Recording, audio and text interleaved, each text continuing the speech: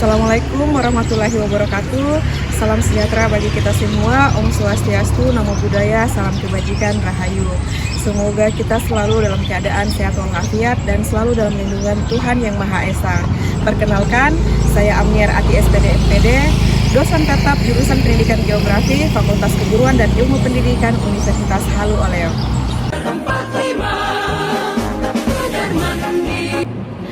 Pada kesempatan ini saya ingin menyampaikan terkait salah satu mata kuliah yang saya ampu, yaitu mata kuliah Geografi Politik. Mata kuliah ini diajarkan pada mahasiswa semester 7 dengan kode mata kuliah APA 64039 berbobot 2 SKS. Diselenggarakan dalam 16 kali pertemuan dengan rincian 14 kali pertemuan tatap muka dan 2 kali pertemuan untuk masing-masing ujian tengah semester dan ujian akhir semester.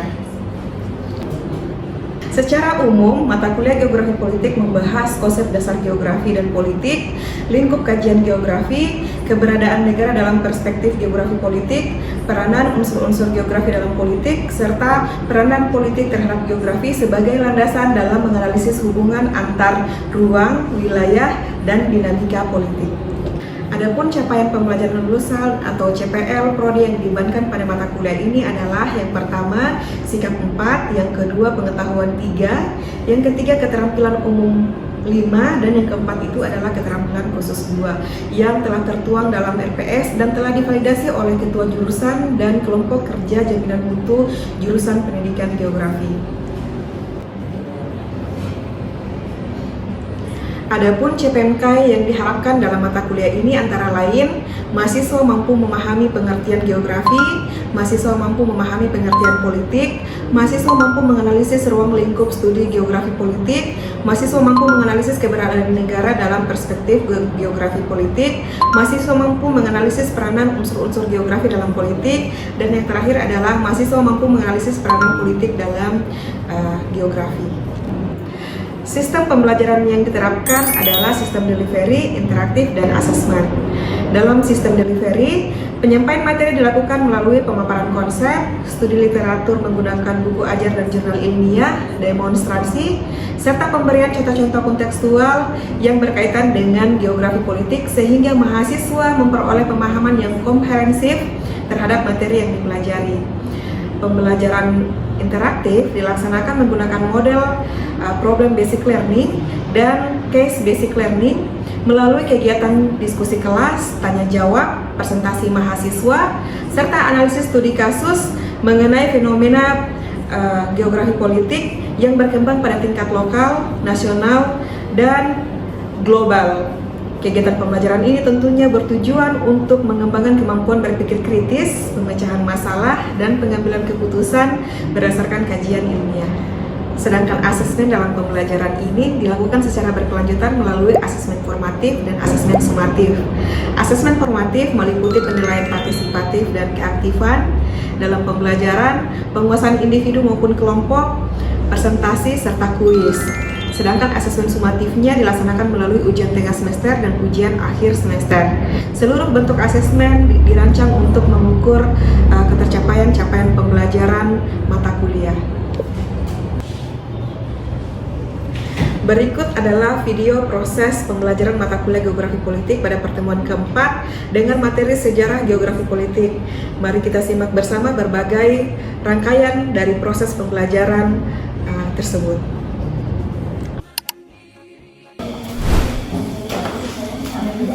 Assalamualaikum warahmatullahi wabarakatuh. Waalaikumsalam warahmatullahi wabarakatuh. Gimana kabar? Baik? Baik, Bu. Insyaallah. Sehat? Alhamdulillah sehat. Baik. Mantap ya. Alhamdulillah sehat semua. Semoga sehat terus. Amin. Baik. Mungkin sebelum kita mulai Hadir, Bu. Mau didengarkan namanya? Yang pertama Astri Pemilih, Hadir, Bu. Astri, Hadir, Bu. Yolanda, Hadir, Bu. Sakina, Hadir, Bu. Dina Sakina. Hadir, Bu. Oke, alhamdulillah ada semua ya. Ya, Bu. Pokoknya pertahankan terus kehadirannya, jangan malas-malas ke kampus untuk kuliah. Siap, Bu. Ya, Bu. Oke, baik. Mungkin sebelum kita mulai pembelajaran, ada baiknya kita berdoa dulu, menurut kepercayaan dan agama kita masing-masing, agar proses pembelajaran kita di kelas itu menjadi lebih efisien, materi yang disampaikan juga bisa dipahami dan dapat diserap. Tentunya tujuannya supaya kalian dapat memahami apa yang Ibu sampaikan pada kesempatan siang hari. Siapa yang bisa memimpin doa? Saya, Bu. Oke, silakan Ibu Lansyah. Sebelum kita mulai pelajaran siang hari ini, alangkah baiknya kita berdoa sesuai keyakinan dan kepercayaan kita masing-masing. Berdoa dimulai.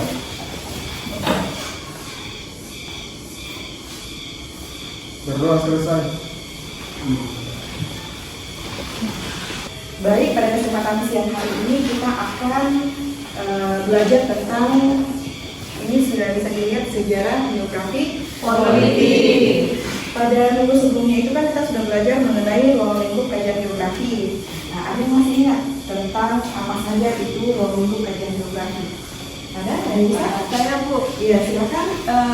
Ruang lingkupnya itu yang pertama ada negara, Bu. Nah, negara ini meliputi luas wilayah, bentuk negara, letak geografis, batas negara, terus ada kedaulatan wilayah dan organisasi pemerintahannya, Bu. Nah, terus ada lagi yang masih ingat? Selain negara? Yang kedua itu wilayah atau biasa disebut teritorial, yang dimana meliputi penguasaan wilayah, pengelolaan sumber daya, pembagian administrasi, otonomi daerah serta integrasi wilayah, Bu. Oke, mantap. Yolanda tadi sudah bagus sekali. Terus ada lagi yang bisa memberikan penjelasan tentang ruang lingkup kajian geografi? Saya, Bu. Oke, silakan. Sri. Selanjutnya itu ada tentang penduduk, Bu, yang mana di dalamnya itu meliputi terkait dengan persebaran penduduk, kepadatan penduduk, komposisi penduduk, dan juga migrasi. Oke, mantap. Yang terakhir siapa? Saya, Bu. Oke, Yusuf. Silakan Yusuf. Yang terakhir itu konflik wilayah yang dimana meliputi konflik perbatasan, konflik etnis, konflik sumber daya dan konflik separatisme. Oke, mantap. Oke, luar biasa. Ibu sangat senang sekali nih karena materi minggu lalu ternyata masih banyak yang mengingat, dan semua masih mengingat ya. Ya, Bu. Oke. Nah, sekarang kita akan membahas sejarah geografi politik. Oke, bisa dilihat ini CPMK-nya. Jadi CPMK yang diharapkan melalui materi sejarah geografi politik ini adalah yang pertama, mahasiswa mampu menganalisis lingkup studi geografi politik. Nah, kemudian sub CPMK-nya mahasiswa mampu menelaah sejarah geografi politik. Nah, terus tujuannya untuk apa? Jadi tujuannya adalah untuk capaian pembelajaran ini adalah jadi mahasiswa itu dapat mengetahui apa itu perilaku politik dan bagaimana perjalanan panjang geografi politik itu menjadi sebuah disiplin ilmu yang terdiri sendiri. Nah, mari kita lihat dulu apa itu perilaku politik. Jadi perilaku politik adalah perilaku dasar dari kehidupan sosial manusia. Tanpa kita sadari, sebenarnya manusia itu sudah melakukan perilaku politik. Nah, terus contohnya apa misalnya? Ini contohnya misalnya komunitas dari suku terasing mempertahankan perannya akan dilakukan secara politik. Ini contoh lainnya juga misalnya kepala suku akhirnya akan bersedia membelah kelompoknya walaupun masih dekat dengan jadi perilaku ini sebenarnya sudah ada dari sejak zaman dulu. Oke, next lagi, mari kita lihat.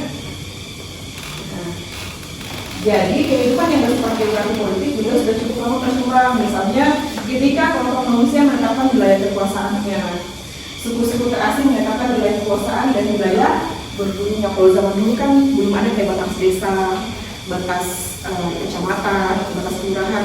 Dulu itu biasanya suku-suku tertentu atau kelompok-kelompok tertentu itu menentukan batas wilayahnya berdasarkan seberapa jauh dia melakukan perburuan. Sampai di sini bisa paham? Manusia pada masa lampau yang menetapkan dan memperluas wilayah kekuasaan. Ada yang bisa memberikan contoh? Iya, silakan. Jadi kita mulai ya. Ya. Baik, yang pertama itu Bu, Kerajaan Majapahit yang memperluas kekuasaannya ke berbagai wilayah Nusantara. Yang kedua, Kerajaan Sriwijaya yang menguasai jalur perdagangan di Asia Tenggara. Terus yang ketiga, Kekaisaran Romawi yang menguasai sebagian besar wilayah Eropa, Asia Barat, dan Afrika Utara. Betul sekali. Aplaus dulu buat. Bagus sekali tadi. Yang kedua, mari kita lihat yang kedua. Bagaimana cara mereka mempertahankan wilayah kekuasaan? Anggi, ya silakan Anggi. Adapun cara mereka mempertahankan wilayah kekuasaannya itu yang pertama dengan memperkuat militer dan pertahanan. Mereka membangun pasukan tentara yang kuat, benteng untuk pertahanan mereka itu. Lalu yang kedua yaitu diplomasi dan perjanjian. Seperti yang pernah Ibu jelaskan, mereka itu melakukan perjanjian pernikahan politik atau perjanjian damai dengan kelompok kerajaan tertentu. Lalu yang terakhir yaitu sistem pemerintahan hukum yang tegas. Mereka itu menempatkan wakil pemimpin di tiap daerah dan menerapkan hukum aturan agar masyarakat tetap tunduk dan patuh. Betul sekali. Aplaus. Ini salah satu contoh peta wilayah kekuasaan Kerajaan Majapahit. Nah, ini yang coklat-coklat ini adalah wilayah-wilayah kekuasaan Majapahit. Kalau yang coklat sekali itu adalah ranah inti atau ibu kotanya biasanya. Kalau misalnya yang ini yang agak coklat-coklat muda ini adalah negeri bawahan Majapahit. Maksudnya wilayah yang berada di bawah pengaruh Majapahit. Masih ingatkah kenapa Majapahit itu kayak kita lihat dan petanya kayak luas sekali pengaruhnya ya, dari Sabang sampai Merauke bahkan. Masih ingatkah kenapa seperti itu? Apa isi Sumpah Palapa itu?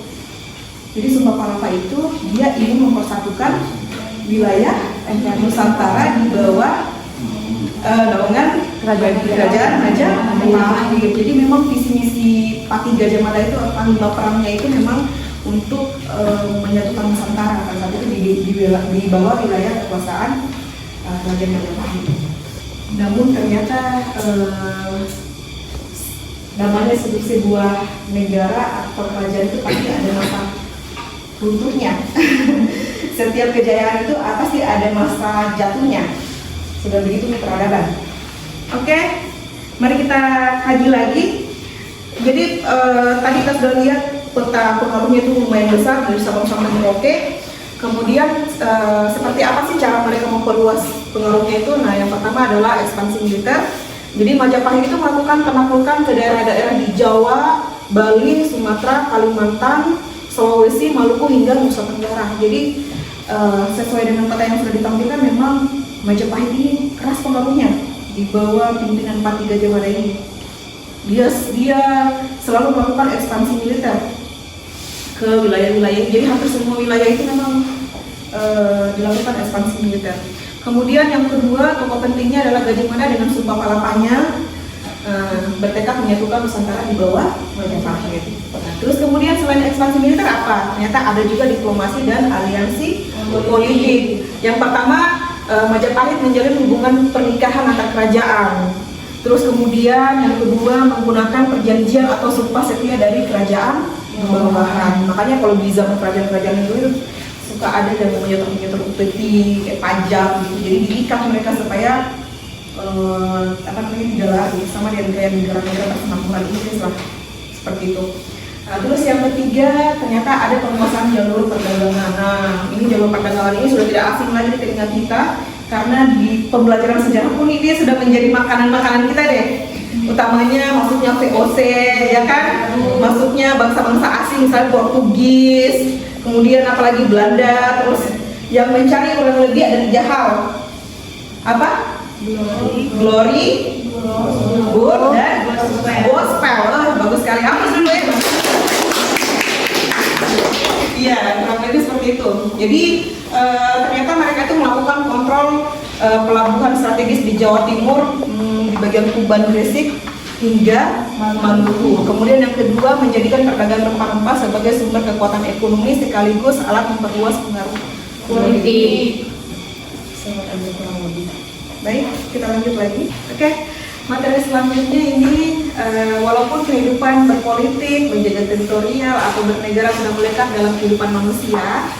Namun studi yang bersifat geografi politik itu baru nampak pada abad ke-19. Seperti yang sudah dijelaskan sebelumnya bahwa manusia itu tidak menyadari bahwa itu perilaku politik gitu. Itu hanya dilakukan saja seperti tanpa menyadari bahwa itu merupakan salah satu perilaku politik.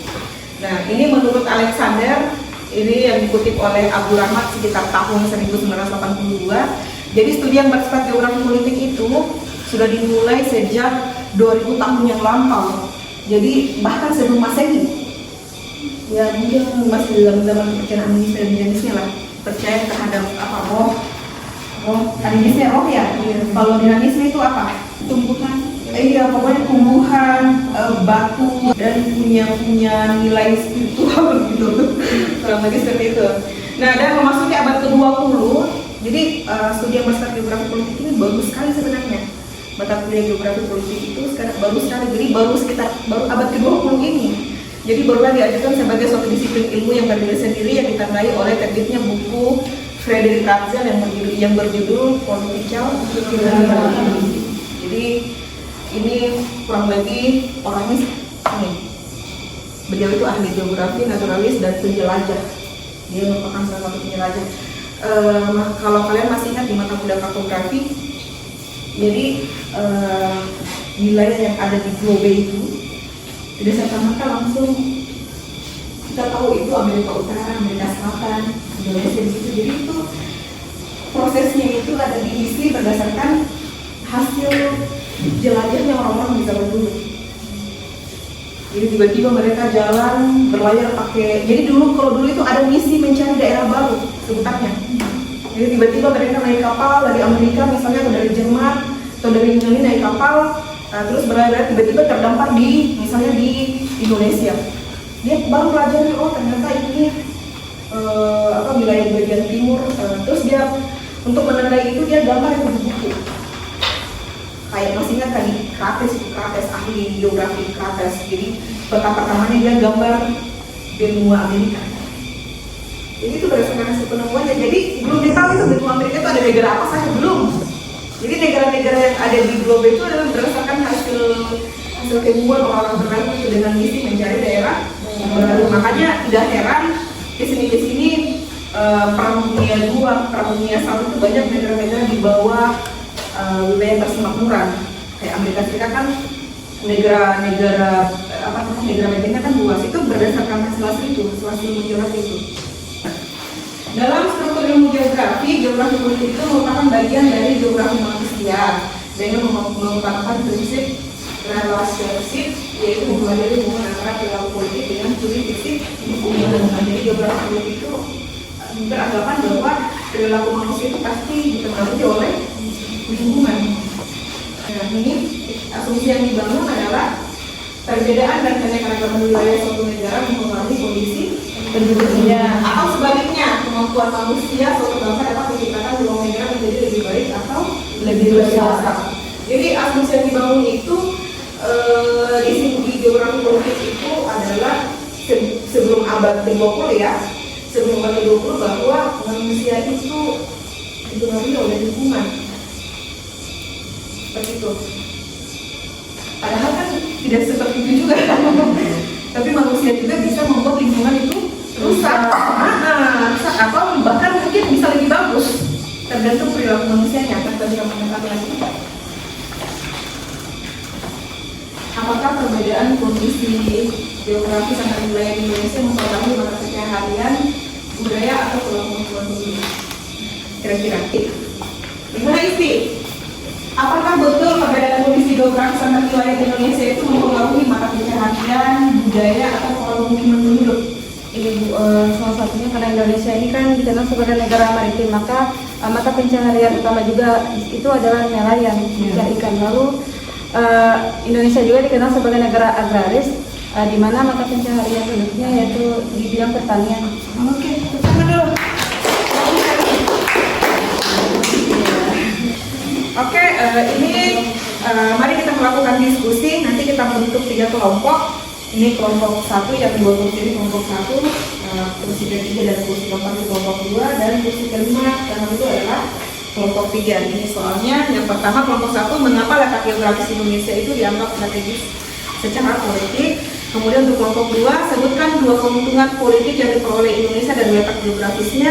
Terus untuk kelompok 3, menurut kelompok Anda tantangan politik apa yang muncul akibat Indonesia memiliki banyak pulau? Oke? Silakan dikerjakan, waktunya 7 menit. Siapa kira-kira yang bisa menjawab kelompok mana dulu nih? Yang mau menjawab pertanyaan 1? Kelompok 1? Ya, silakan kelompok 1. Mengapa letak geografis Indonesia itu dianggap strategis secara politik? Bu, karena letak geografis Indonesia itu berada di antara 2 benua, yaitu benua Asia dan benua Australia, lalu berada di antara 2 samudra, yaitu Samudra Hindia dan Samudra Pasifik. Ini menjadikan posisi Indonesia itu penting dalam hubungan internasional, pelayaran, jalur perdagangan, dan kerjasama politik antar negara-negara yang ada di dunia. Bagus sekali ya. Aplaus dulu buat dari kelompok yang lain. Sudah oke? Oke, baik. Kelompok 2, siapa kira-kira yang bisa menjawab sebutkan 2 keuntungan politik yang diperoleh Indonesia dari letak geografisnya? Siapa? Oke, Anggi, silakan Anggi. 2 keuntungan politik yang diperoleh Indonesia dari letak geografisnya itu yang pertama menjadi peran sentral sebagai pemimpin dan mediator regional ASEAN, di mana posisi geografis dan besarnya wilayah menjadikan Indonesia diakui secara alami sebagai pemimpin atau leader atau penggerak utama di berbagai kerjasama politik dan diplomasi damai di kawasan ASEAN. Mantap. Yang poin kedua itu mempermudah kerjasama dengan banyak negara karena letak geografisnya, Bu. Oke, mantap ya, betul sekali ya. Aku juga. Terus dari kelompok 2, selanjutnya kelompok 3. Pertanyaannya adalah menurut kelompok Anda tantangan politik apa yang muncul akibat Indonesia itu memiliki banyak pulau? Ada yang bisa menjawab kelompok 3? Oke, kita beri kesempatan kepada Irwansyah, perwakilan kelompok 3. Silakan Irwansyah. Baik, tantangan politik akibat Indonesia memiliki banyak pulau. Yang pertama yaitu sulit mengawasi dan menjaga seluruh wilayah. Yang kedua, pemerataan pembangunan dan pelayanan pemerintah menjadi lebih sulit. Yunani kuno, para filsuf Yunani kuno itu memandang bahwa kehidupan negara itu bersifat determinis. Tadi saya sudah singgung determinis. Jadi kehidupan determinis itu adalah kehidupan politik yang sangat dipengaruhi dan ditentukan oleh keadaan alam. Jadi politik itu dipengaruhi oleh keadaan alam ya. Nah, terus unsur lingkungan yang dianggap paling dominan adalah iklim dan relief permukaan bumi. Jadi kalau menurut orang filsuf-filsuf di zaman Yunani kuno itu mereka itu memiliki persepsi bahwa perilaku yang rajin bekerja atau malas itu dipengaruhi oleh iklim, contohnya kayak di wilayah tropis. Jadi kenapa cenderung malas? Karena iklim kita itu tidak punya tantangan. Tantangan apa? Kan hujan masih bisa keluar.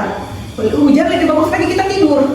Kalau di wilayah tropis mau keluar tidak ada tantangan, mungkin salju. Kalau salju kan kita tidak bisa keluar, izin nanti jalanan tertutup atau mungkin karena badai es atau badai salju. Tapi kalau di Indonesia tidak ada tantangan. Terus juga karena kita negara tropis, karena kita jadi subur. Jadi manusia yang hidup di daerah iklim sedang atau tanpa musim itu akan membentuk karakter bekerja keras. Sementara manusia yang hidup di iklim tropis adalah mereka yang pemalas atau biasa juga dikenal dengan istilah eksperimentalis. Ini adalah Herodotus. Herodotus itu dikenal juga sebagai bapak geografi politik, tapi dia lebih terkenal dengan the father of history, bapak ilmu sejarah. Beliau menulis buku Influence of Atmosphere dan Water and Civilization. Jadi Aristoteles juga ini berperan dalam studi geografi politik.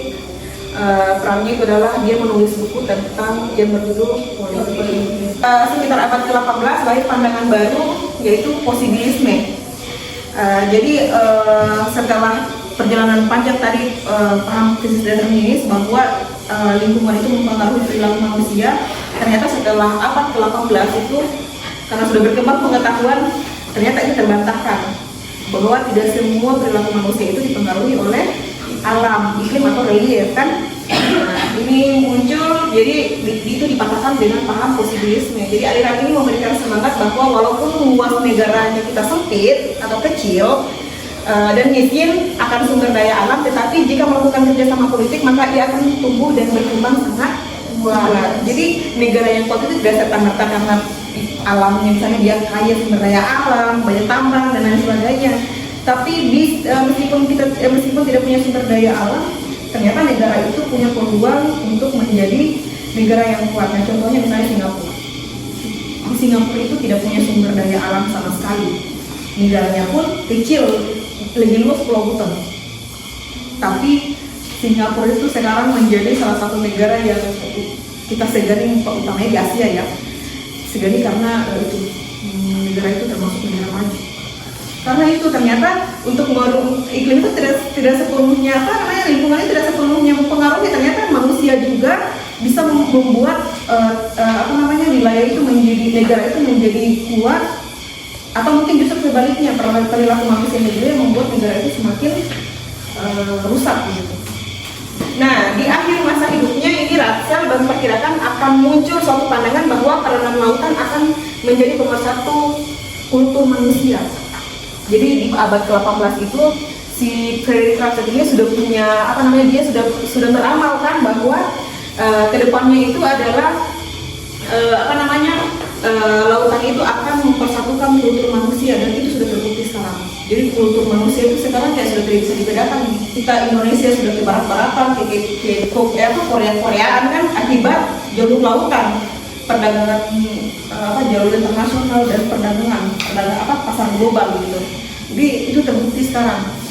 Nah, ia berpendapat bahwa akan terjadi perjuangan dan persaingan antara negara-negara maritim dan kontinental dalam memperebutkan dominasi di dunia. Terus pada saat Perang Dunia II juga geografi politik menjadi subjek akademik yang penting untuk mempertahankan dan keamanan untuk pertahanan dan keamanan negara sekaligus untuk mengendalikan negara lain.